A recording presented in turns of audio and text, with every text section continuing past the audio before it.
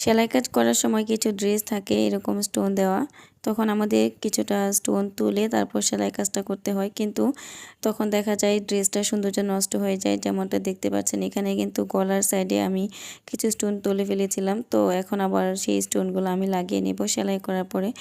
অনেক টেলার এই কাজটা করে না, কিন্তু আমার কাছে মনে হয় নিখুঁত কাজ মানে নিখুঁত। একটা ড্রেসের সৌন্দর্য নষ্ট হয়ে যায় যদি সেই ডিজাইনটা ঠিকঠাক মতো না বোঝা যায়। তো তার জন্য এখানে আমি একটা গ্লু নিয়েছি, এই গ্লুটা খুব ভালো কাজ করে। তো এই গ্লুটা দিয়ে আমি যে এখান থেকে স্টোনগুলো তুলে ফেলেছিলাম সেই স্টোনগুলো আবার লাগিয়ে নিচ্ছি। আর এই এক্সট্রা স্টোন কিন্তু আমি ঘর থেকে নিয়ে নাই, এটা কিন্তু ড্রেসের মধ্যেই ছিল, যে গলার অংশে কাটা পড়েছিল ওই জায়গাটাতে।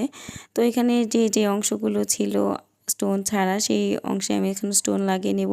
শুধু যে এই জায়গাটা তা কিন্তু না, নিচের অংশেও কিন্তু এরকম স্টোন বাদ দিতে হয়েছে আমার। তো ওই জায়গাগুলোতে আমি স্টোন লাগিয়ে নিয়েছিলাম। তো আপনারাও চেষ্টা করবেন নিখুঁত কাজ করার।